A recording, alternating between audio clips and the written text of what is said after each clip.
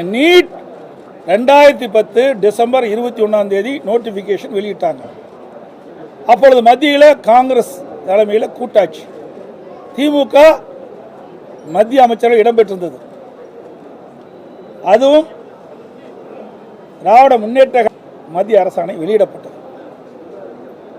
ஏதோ அண்ணா திமுக ஆட்சியில் வந்து அண்ணா திமுக இருக்கும்போது தான் வந்தது என்ற தவறான செய்தி தொடர்ந்து முதலமைச்சரும் அமைச்சர்களும் பதிவு செய்து கொண்டிருக்கிறாங்க. இது நாட்டு மக்களுக்கே தெரியும். இது கொண்டு வந்தது காங்கிரஸ் திமுக. ஏன் இளைஞர்கள் பாதிப்பாங்க அப்படின்னு இவங்களுக்கு தெரியாதா? மாணவர்கள் பாதிப்பான்னு தெரியாதா? கொண்டு வந்தது இவர்கள்.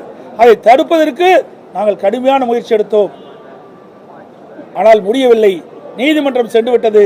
அதனால் இந்த நீட் தேர்வு அண்ணா திமுக ஆட்சியிலே நடைமுறைப்படுத்த வேண்டிய சூழ்நிலை ஏற்பட்டு விட்டது. இருந்தாலும் தொடர்ந்து மத்திய அரசோடும் நீதிமன்றத்திலும் நாங்கள் இதை வலியுறுத்தி கொண்டே இருந்தோம், நீட் தேர்வை ரத்து செய்வதற்கு. ஆனால் கொண்டு வந்தது திமுக. அதை தடுத்து நிறுத்துவதற்கு முயற்சி செய்தது அண்ணா திமுக. அது மட்டுமல்ல, தேர்தல் 2021 சட்டமன்ற பொதுத் தேர்தலின் போது திராவிட முன்னேற்ற கழகத்தின் சார்பாக திராவிட முன்னேற்ற கழகம் ஆட்சிக்கு வந்தால் நீட் தேர்வை ரத்து செய்வோம்னு சொன்னாங்க. இன்னைக்கு முதலமைச்சர் என்னங்கிறாரு? நாங்கள் இந்தியா கூட்டணியில் அங்கே வச்சிருந்தோம், இந்தியா கூட்டணி ஆட்சிக்கு வந்திருந்தா ரத்து செய்யணும்னு சொல்றாரு. இதை ஏன் முதல்ல 2010 கொண்டு வரும்போதே ஏன் ரத்து செய்யல? அப்போ ரத்து செஞ்சிருக்கலாம்ல. அப்போ காங்கிரஸ் ஆட்சி தான் இருந்தது, கூட்டாட்சி தான் இருந்தது. அப்போ ரத்து செஞ்சிருந்தா இவ்வளவு உயிரை நாம் இழந்திருக்க வேண்டிய அவசியம் இல்லை. இதுக்கு முழுக்க காரணம் திராவிட முன்னேற்ற கழகம் தான் என்பதை நான் இந்த நேரத்தில் தெரிவிச்சுக்கிறேன்.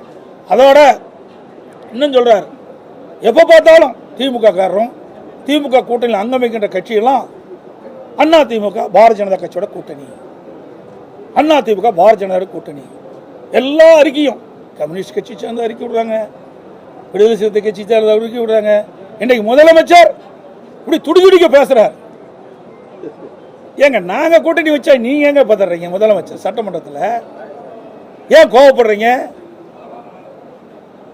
நீங்க ஏன் பயப்படுறீங்க?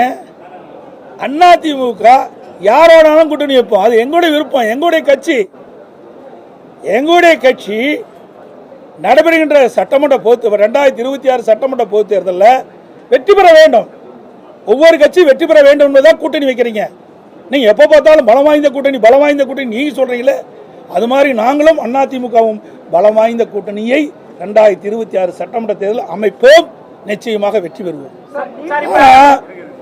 முதலமைச்சர் இப்படி ஆதங்கப்படுவது, இப்படி அதிர்ந்து போய் பேசுவது பார்க்கின்ற பொழுது பயம் வந்து விட்டது. அண்ணா திமுக கூட்டணி அமைக்கப்பட்டு விட்டால் ஆட்சி மாற்றம் ஏற்படும், திமுக ஆட்சி இழக்கும், அண்ணா திமுக ஆட்சி வரும் என்று அவர் மனதிலே வந்த காரணத்தில் தான் அந்த வெளிப்பாடு பார்க்கப்படுகிறது. சட்டமன்றத்திலே நேருக்கு நேர் பார்த்தேன், அவர் பதற்றப்படுறதை பார்த்தேன், அவருடைய பேச்சிலிருந்து வர வார்த்தைகளை பார்த்தோம். அண்ணா திமுகவை பொறுத்த வரைக்கும் திராவிட முன்னேற்ற கழகத்தை அகற்றப்பட வேண்டும் என்ற ஒத்த கருத்துடைய கட்சிகளெல்லாம் ஒன்றாக இணைத்து வாக்குகள் சிதறாமல் நாங்கள் கூட்டணி அமைப்போம். நிச்சயமாக 2026 சட்டமன்ற தேர்தலில் திராவிட முன்னேற்ற கழக தலைமையில் அமைக்கப்பட்ட கூட்டணியை வீழ்த்துவோம். அண்ணா திமுக கூட்டணி ஆட்சி அமைக்கும், அண்ணா திமுக ஆட்சி அமைக்கும். அதோட இன்னொன்னு